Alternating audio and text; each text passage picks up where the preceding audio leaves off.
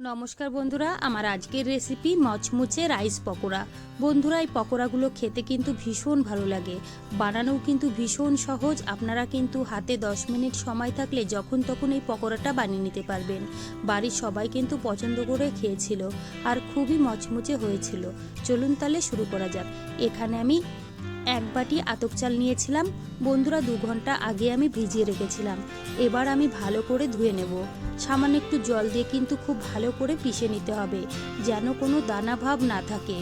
খুব ভালো করে পিষে নিয়েছি। এবার একটা বাটির মধ্যে ঢেলে নেব। আবারও কিন্তু মিক্সারের বাটি নিয়েছি। বাটিতে নিয়ে নেব একটা বড় সাইজের সিদ্ধ করা আলু। আলুটা আগের থেকে সিদ্ধ করে তারপরে ঠান্ডা করে নিয়েছিলাম। সামান্য একটু জল দিয়ে আলুটাও কিন্তু আমি খুব ভালো করে পিষে নিয়েছি। এবার আমি ভালো করে মিশিয়ে নেব।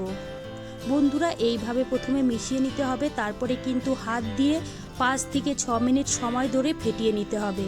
এইভাবে ফেটিয়ে নিয়ে পকোড়াগুলো তৈরি করলে পকোড়াগুলো কিন্তু খুবই মচমুচে হবে। দেখুন বন্ধুরা, ব্যাটারটা কিন্তু অনেকটাই হালকা হয়ে গেছে। ব্যাটারটা যখন হালকা হয়ে যাবে তখন দিয়ে দেবে এখানে পরিমাণ মতো লবণ, হাফ চামচ গোটা জিরে দিয়েছি, এখানে ধনেপাতা কুচি আর দিয়েছি কাঁচা লঙ্কা কুচি। আবারও কিন্তু ভালো করে আমি মিশিয়ে নিলাম।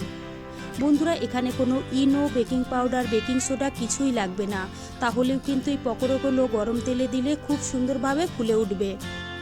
ব্যাটারটা কিন্তু আমার একদম রেডি। প্যানে আমি তেল গরম হতে বসিয়ে দিয়েছি, তেলটা গরম হয়ে গেছে। এবার আমি পকোড়াগুলো ভেজে নেব। বন্ধুরা, এখানে কিন্তু আমি ছোট ছোট করে পকোড়াগুলো ভেজে নিচ্ছি। তোমরা চাইলে এর থেকে বড় বা এর থেকে ছোট করেও ভেজে নিতে পারো। দেখুন বন্ধুরা, গরম তেলে দিতে দিতেই কিন্তু উপরে ভেসে উঠছে, তার মানে কিন্তু ব্যাটারটা খুব সুন্দরভাবে ফেটানো হয়েছিল। 2 মিনিট এইভাবে রেখে দিতে হবে, তারপরে কিন্তু উল্টিয়ে পাল্টিয়ে সুন্দর করে ভেজে নিতে হবে। বন্ধুরা, একটু সময় দিয়েই কিন্তু পকোড়াগুলো ভাজতে হবে, এতে করে কিন্তু দেখতেও বেশ ভালো লাগবে আর খেতেও কিন্তু বেশ ভালো লাগবে, খুবই মচমুচে হবে। সবগুলো পকোড়া কিন্তু আমি ভেজে নিলাম। এবার আমি তুলে নেব। বন্ধুরা, বাকি পকোড়াগুলো কিন্তু একই রকমভাবে ভাজতে হবে। সবগুলো পকোড়া আমি ভেজে নিয়েছি। এবার একটা প্লেটে তুলে নেব।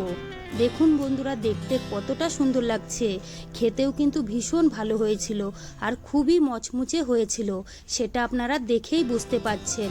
তো বন্ধুরা, আমার রেসিপি কেমন লেগেছে কমেন্ট করে জানাবেন। ভালো লাগলে প্লিজ আমাকে সাপোর্ট করবেন। চলুন তাহলে ভিডিওটি আমি এখানেই শেষ করছি। আপনারা সবাই ভালো থাকবেন, সুস্থ থাকবেন। আবারও চলে আসবো নতুন রেসিপি নিয়ে।